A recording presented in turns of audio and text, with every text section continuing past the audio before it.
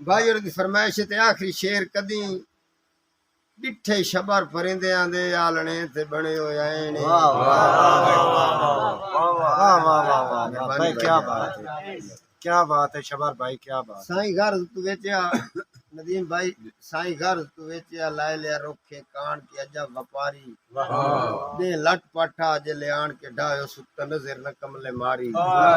केड़ी गल दी सियाल साहब जागी उत्ते आलने मत्ता बच्चे यून केड़ी गत्तुआ शबर कहारी केड़े जालिम लोग बनाए नी अल्लाह पक्खू बोल पढ़ा दे।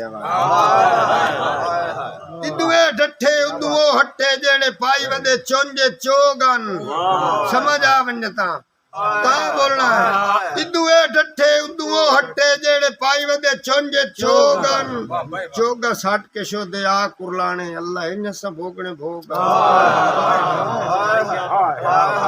बात शाम दे शबर मेहरबानी बात शाम दे शबर अनेरे च आके अखियां दी जो बैठे जो गान धम्मी नाल ना हो परवाह सके उन्हां खा गए फुटण दे रोग।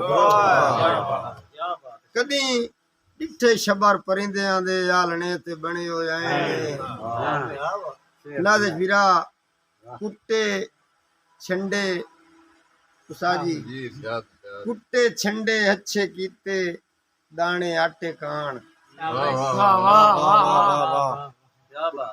थोड़ा जैसे थोड़े कुत्ते छंडे अच्छे कीते दाने आटे कान ओ खादा जे पच्चे ना तो लोया ही घाटे कान।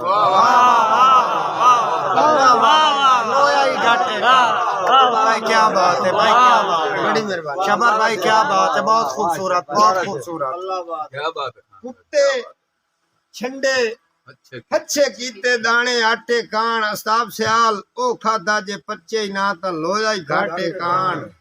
कम जरफां दी साज न करिए पीछे शबर रुइंदा ए चंगी साज दी पगड़ी बद्दी फाई बन गई है घाटे।